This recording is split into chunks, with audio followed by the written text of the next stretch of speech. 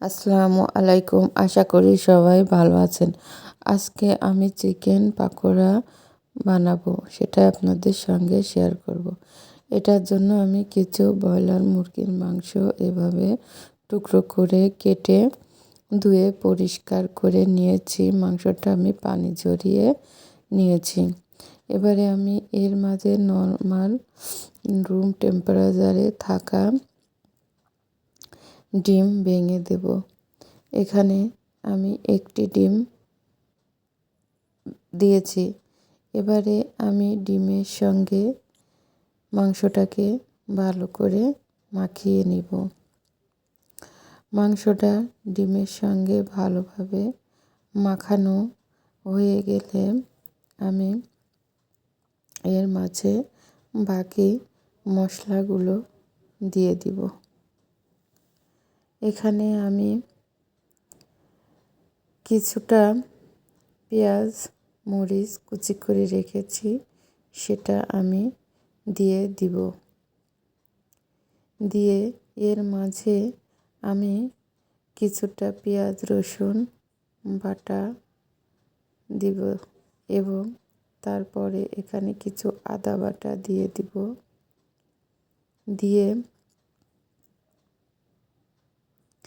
একটু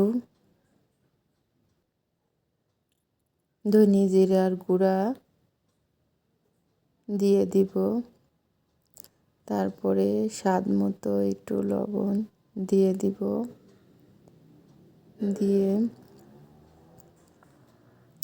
কিছুটা হলুদ গুঁড়ো দিয়ে দিব।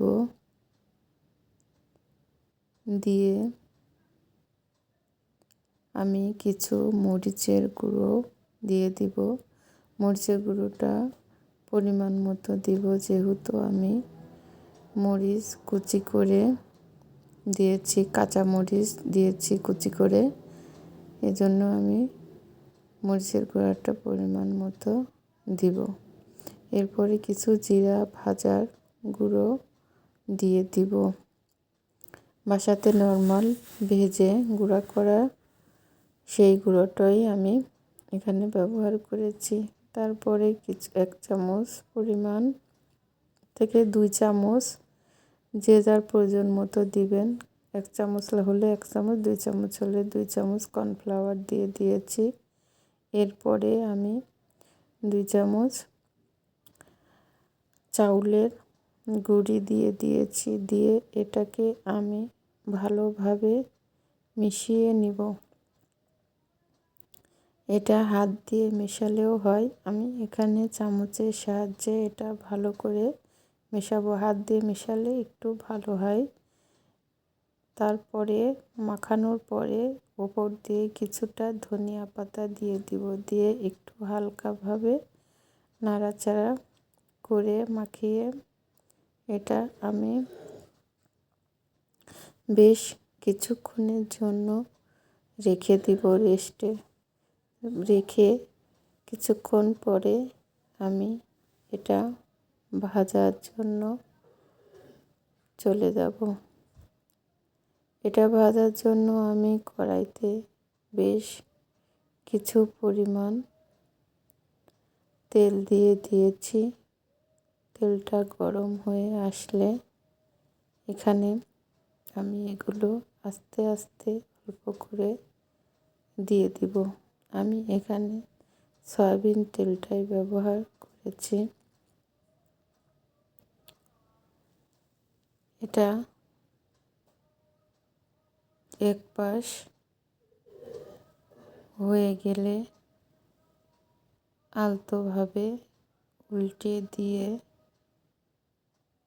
যতক্ষণ পর্যন্ত এটা বাদামি রং না হবে ততক্ষণ পর্যন্ত এটা আমি ভাজতে থাকব। এক পর্যায়ে যখন এটা এরকম একটা কালার চলে আসবে তখন এটা আমি উঠিয়ে নিব। নিয়ে আবার কিছু এভাবে দিয়ে দিব, দিয়ে ভেজে উঠিয়ে নেব। এভাবে করে আমি আস্তে আস্তে সবগুলো ভেজে নিব। নিয়ে এই যে হয়ে গেছে আমার চিকেন পাকোড়া। এই যে দেখুন, এটা আমি ভেঙে দেখাচ্ছি। এটা চাপ দিলে খুলে যাচ্ছে, ভিতরে মাংসটাও অনেক সুন্দর সিদ্ধ হয়ে গেছে।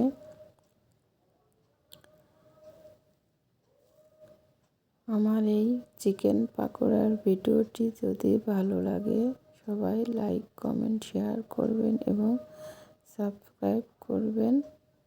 ধন্যবাদ সবাইকে। আল্লাহ হাফেজ।